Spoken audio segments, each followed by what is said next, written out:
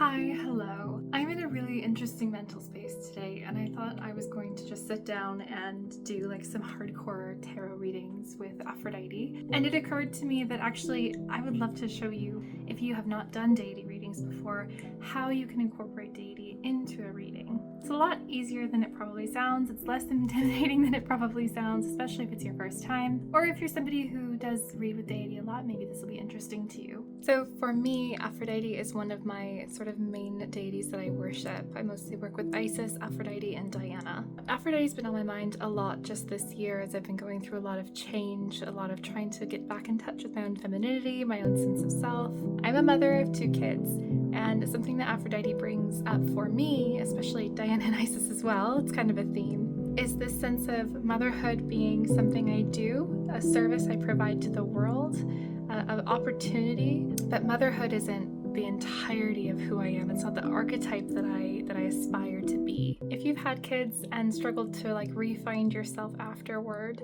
I think you know exactly what I'm talking about. That sort of quest for a rebirth of who I am in the context of also having the responsibilities and the privileges of being a mom, that really influences how I work with the deities that I work with right now. That influence aside, you can have whatever quest you're on is definitely relevant for the gods or goddesses or other entities that you want to incorporate into your tarot readings. In general, I think there are very few rules for how you have to do this. Depending on the tradition or the pantheon that you work in, there actually might be more rules around formalities. For instance, if you are a Kemetic pagan, you might want to abide by certain types of offerings before you go into any sort of divinatory exercise. However, in my experience, I do think that for the most part, my readings are pretty casual, and they have been accepted as pretty casual if the queries are fairly casual. The more serious the query, the more serious the sort of uncovering or the exercise, then the more formalities I tend to put around it. Now, those don't happen very often. Today is actually Halloween, so I usually do some sort of like at death's door, uncovering, rebirth sort of thing around this time of year.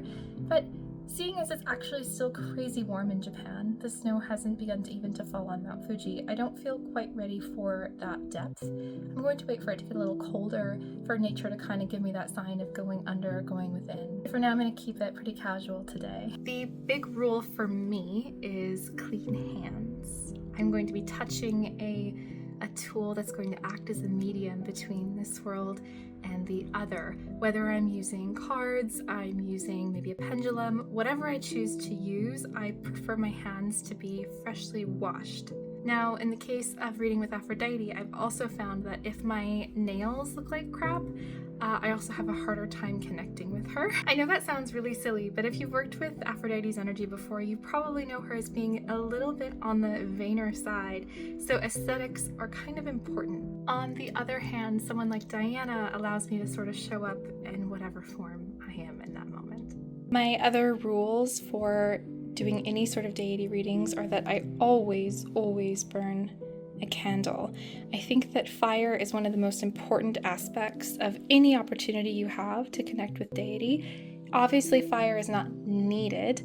However, I do think flame represents the invitation for a spirit that is not your own to be present in the room. We see this with ancestor altars. We see this obviously in fire rituals around the world in many different traditions. I do think flame is critical. So I have a couple candles that I grabbed from downstairs. I've been meaning to burn this one for her. It's a cute little cherub. I quite like it. I think I'm going to burn this one today. The other thing I always like to have is incense. Now, incense is a standard, obviously. You want to have a feeling of sacredness in the room, and I think that obviously smoke is a substance that fills a space. Smell fills a space, and so you can kind of transform how a space feels by selecting a smell that takes your mind where you want it to go.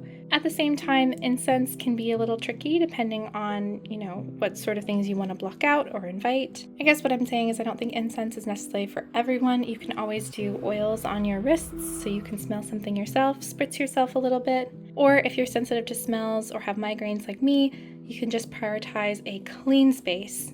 As part of that cleaning, you could get a witch's broom, like a little tiny one, and just kind of ceremoniously sweep a space and clean a space. I think that kind of has a similar energy to smoke. Another alternative is a bell. In here I have this bell that I thrifted and has been really, really good to me over the years. You can see it needs a good cleaning.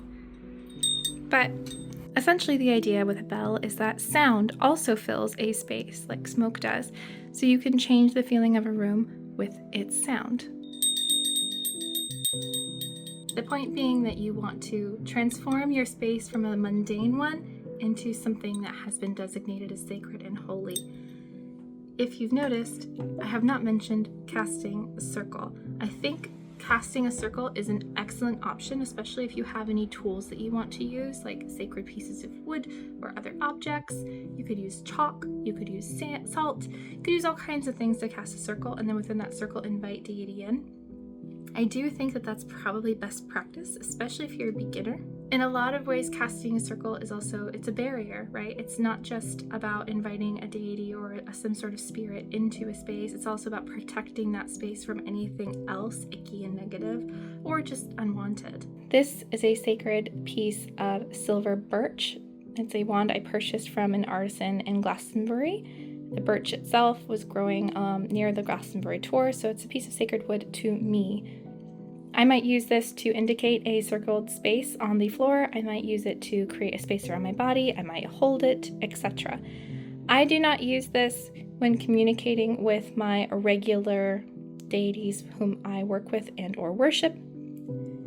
I don't feel the need to cast circles in those cases. However, you might want to. Now, on to the reason for my query today.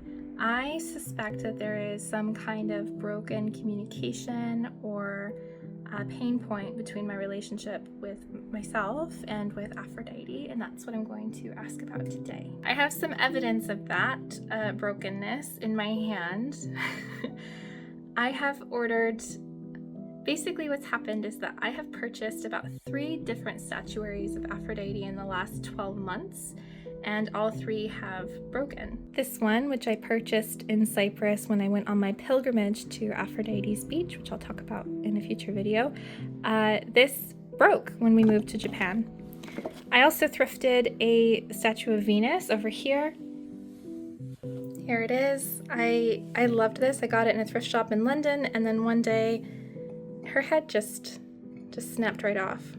The other one is this. I ordered this vase of Aphrodite. It's another Venus copy statue, and as you can see at the head, it arrived with the head and face all shattered and the pieces all inside of the bust. Before I embark on fixing these objects, which I intend to do, I think, some Gorilla Glue and a little paint on top of the Gorilla Glue, no harm done in that, right? But before I embark on the repair process, I do want to connect with Aphrodite and make sure that I am understanding these broken things correctly. I think this is a great example, actually, of when and where we might work with deity. So in my case, I have 3 broken Aphrodite statues, well, 2 Venuses.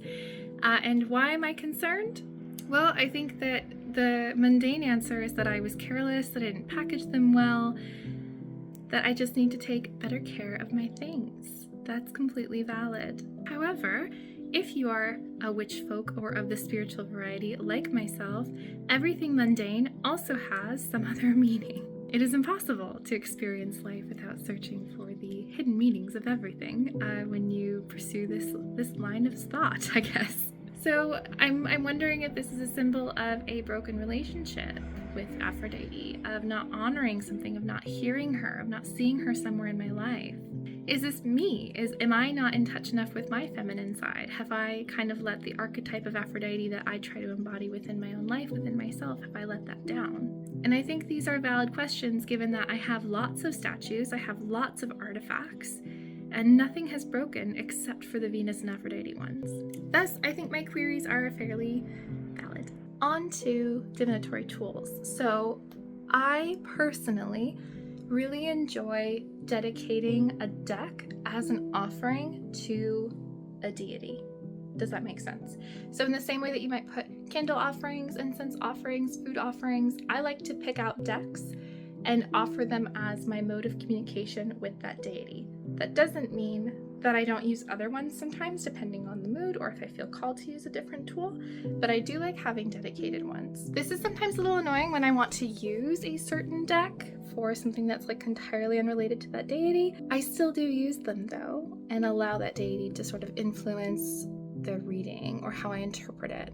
For example, if I'm planning a camping trip, but I want to use my Isis deck and not my Diana deck because I'm just feeling that vibe, I'm going to interpret the answers or the sort of like type of perspective offered in the reading as influenced or touched by Isis. So for today, because I have a broken statue of her, I'm going to just place her in these roses in my cauldron and light a candle beside her and kind of call that good. The incense I chose was just some Mount Fuji, like wisteria kind of incense. I forgot to mention why I chose that incense. Maybe you don't care about Japanese deities, maybe you do, but if you do, this is for you.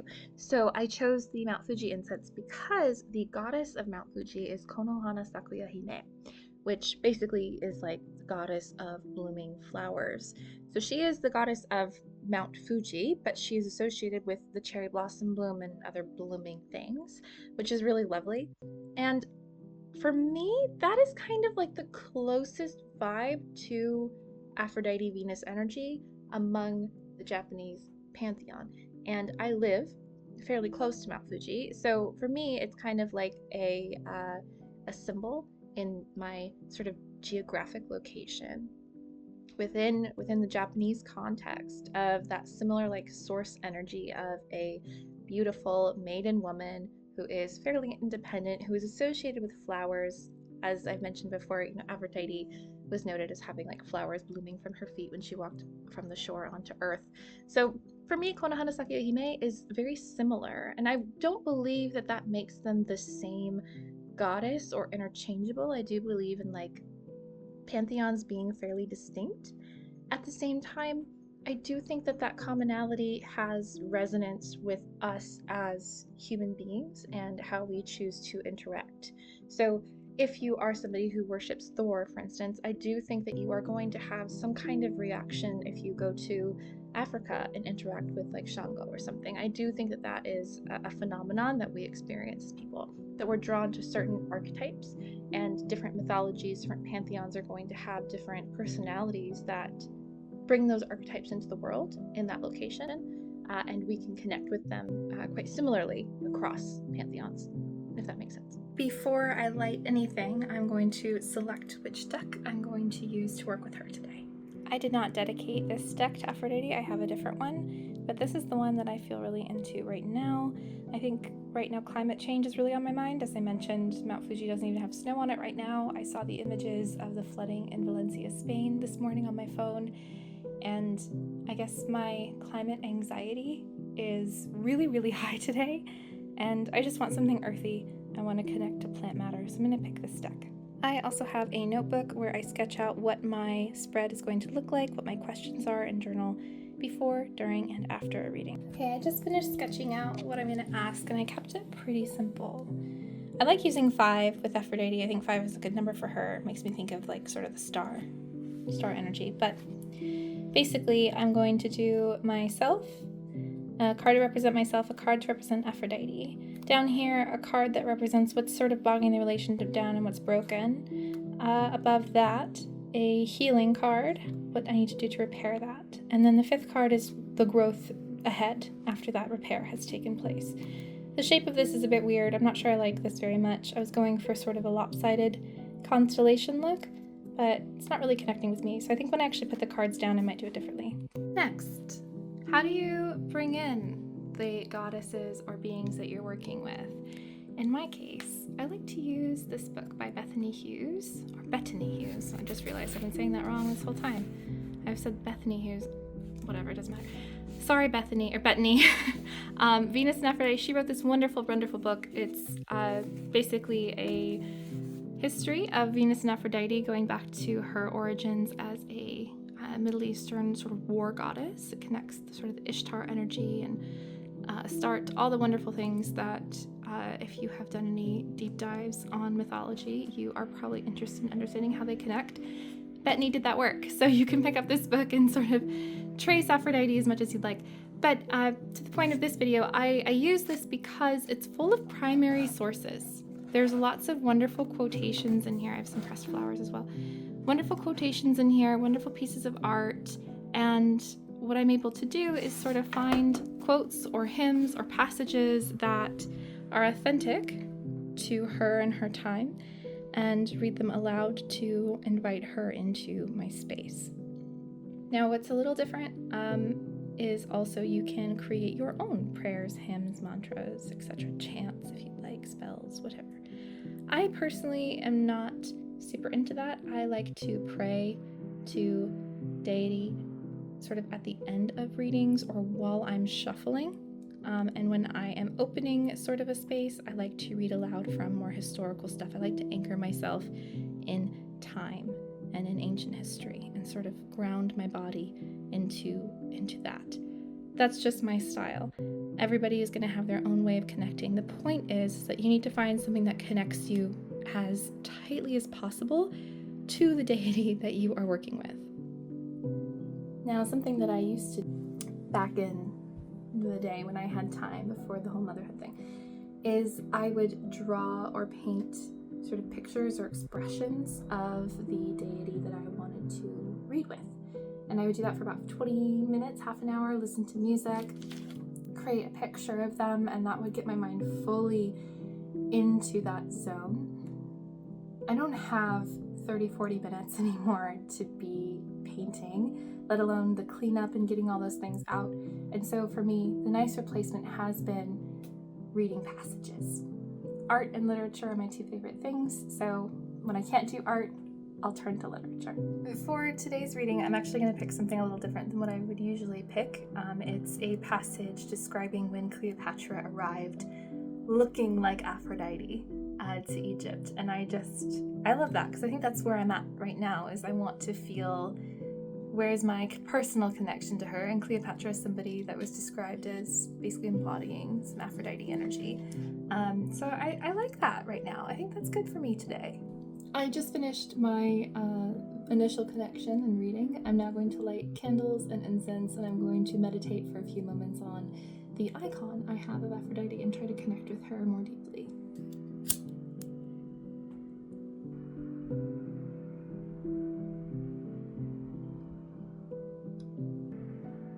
Something I didn't mention earlier is I do like to light the incense from the candle, as the candle flame represents the deity, and so having that same fire be what lights the incense, it makes sense to me.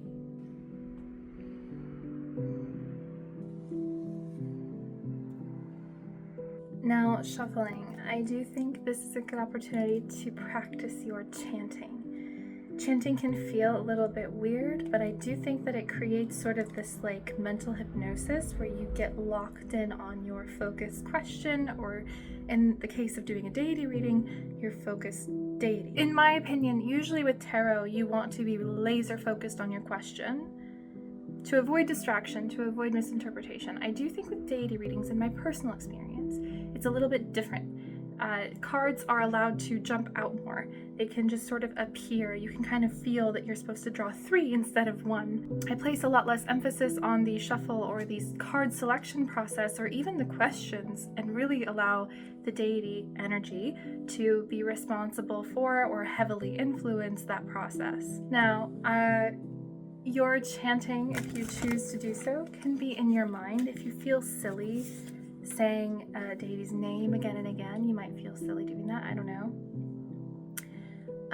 You can choose to use a title. If you feel weird saying their name again and again, you can say a title. So, for example, you could say, Queen of Heaven, speak through these cards. Queen of Heaven, speak through these cards. Something like that. Up to you. You can practice a few different things, see what actually makes you feel a little bit like fuzzy and electric in your hands, or makes your mind sort of start to feel a little bit lighter. That's kind of the feeling you're looking for. I don't have a ton of space yet because we're still moving in, so I'm actually going to do this on the floor. Another thing is, depending on the tradition that you're in, you might not want to use the floor, but if you are like me and don't have any other options, you should use a cloth. So I have a selection of different pretty fabrics, like scrap fabrics I've picked up. Some of them I've like painted pretty designs on, or I've stitched things, or I've added hemming. It doesn't really matter, as long as it's something that's clean and used only for that purpose. You're probably good. You can kind of create a table or a space on the floor if you need to. So I used a box, a pretty box. This box is one I store all my sacred objects in, so I feel good about it. I don't feel weird. Here's what my spread looks like in the end. It kind of did keep the shape that I originally wanted. It kind of feels more like a stairs going up into the world. So what I'm gonna do is, rather than like give you a full interpretation of what my spread looks like, I'm just gonna talk a bit about how this just happened. So I did do a chant. I used Aphrodite's name. I used some of her titles. My favorite is that she's a lover of smiles, so I used that one quite a bit. And I did allow these cards to jump out in the order that I pre-designed up here. The first being how she sees me, 7 of Cups. This one being who she is, the Moon. I'm not surprised by any of these so far. The broken part of the relationship, the wounded part, is the Queen of Wands. The healing that needs to be done for the Queen of Wands is 3 of Pentacles, and what will happen if that Queen of Wands is healed is Temperance. So that's kind of how I'm framing the story, right? This is how she sees me. This is who she is in my life. This is the broken part of our relationship. This is what needs to be done to heal it. And this is what is on the other side of that healing. Now, I don't want to lose this. I don't want to lose this like moment. Often what happens for me is I will just sit with these cards for a long time, and I can really lose a lot of the insights or the sort of like the moving moments that I might experience. And that is where this journaling part comes into play. So what I'll do here on this page is do keywords for each one, like what the cards were and what the keywords are. And then I just start journaling, and I just let myself go until I feel done. And then I will say a thank you prayer, at which point I will then extinguish the candle and incense. If you cast a circle, or if you did any other like openings, like calling in the elements or whatever, depending on your tradition, whatever you did, then you would clean that up as well. As I mentioned earlier, depending on your tradition, you might want to add or remove certain things with how you interact with deity. I did mention that with Diana, I can kind of just show up however I am with dirt under my fingernails and no big deal. And the opposite extreme is true with Isis, where Isis is a major Egyptian deity and requires a certain amount of cleanliness, a certain way of being dressed. I usually have to wear a single garment, so a dress in particular, and have all of my stuff covered. I usually need to be freshly bathed, including washed my hair, which, if you're a curly girl, then you know that washing your hair is not an everyday occasion. So it needs to be a wash day, or it needs to become a wash day if I'm going to do a reading with Isis. So that's kind of an example of, the opposite extreme. So for me, Aphrodite is a not like low effort necessarily, but definitely like I can approach in this casual way and feel okay with the insights I walk away with. So that's kind of how I do a deity reading. As far as the prayers part, I know that a lot of us grow up with a lot of Christian influence in our lives and might feel that we need to close our eyes and put our hands together, and I think that that's completely valid if you want to keep praying that way. Prayer is about creating a space where you can talk to what you believe in. Make your case, make your pleas, express yourself, your anxieties, your hopes. Find a position or a thing to do that's comfortable. I think for me, 90% of my prayer is when I'm driving alone in the car and listening to just piano or jazz and speaking out loud. But some of my more formal prayers might be copying ancient traditions in body movement. For instance, with Isis, it is 2 hands up like this, straight. And that is very vulnerable. It's a very vulnerable position to have your chest fully opened, exposed, and your arms up, and to be speaking at length. It can be uncomfortable. And in some cases, that's what you want. In some cases, the awkwardness or the strangeness is part of the experience and also part of the offering. So while I do want to say only pray in a way that's comfortable to you, only do things in a way that's comfortable to you, that's not true for every deity. A lot of deities want us to get out of our comfort zone or do things a certain way. For some people, dancing at a rave might be a prayer. For others, that's like, So I hope this was interesting. If you would like any more details or any more like guidance, I'm happy to show how I do other deities. I think Aphrodite is probably the most straightforward and accessible version of how I would do a deity reading. For instance, if I'm working with Diana, like, it's better if I'm outside. Does that make sense? So I hope this was helpful to you. Feel free to drop me any questions, and in the meantime, I'm going to sit down and journal about those lovely cards I just pulled because I have some thoughts. I'll talk to you soon. Bye!